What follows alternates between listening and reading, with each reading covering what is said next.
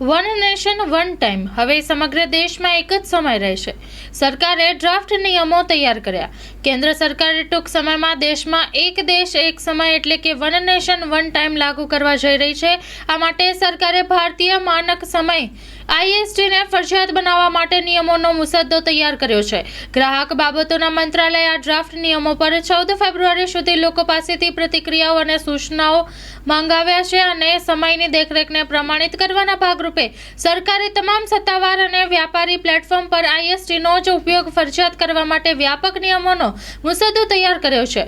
કાનૂની મેટ્રોલોજી ભારતીય માનક સમય નિયમો 2024નો મુખ્ય ઉદ્દેશ્ય સમયની જાળવણીની પદ્ધતિઓને પ્રમાણિત કરવા માટે કાનૂની માળખું સ્થાપિત કરવાનો છે.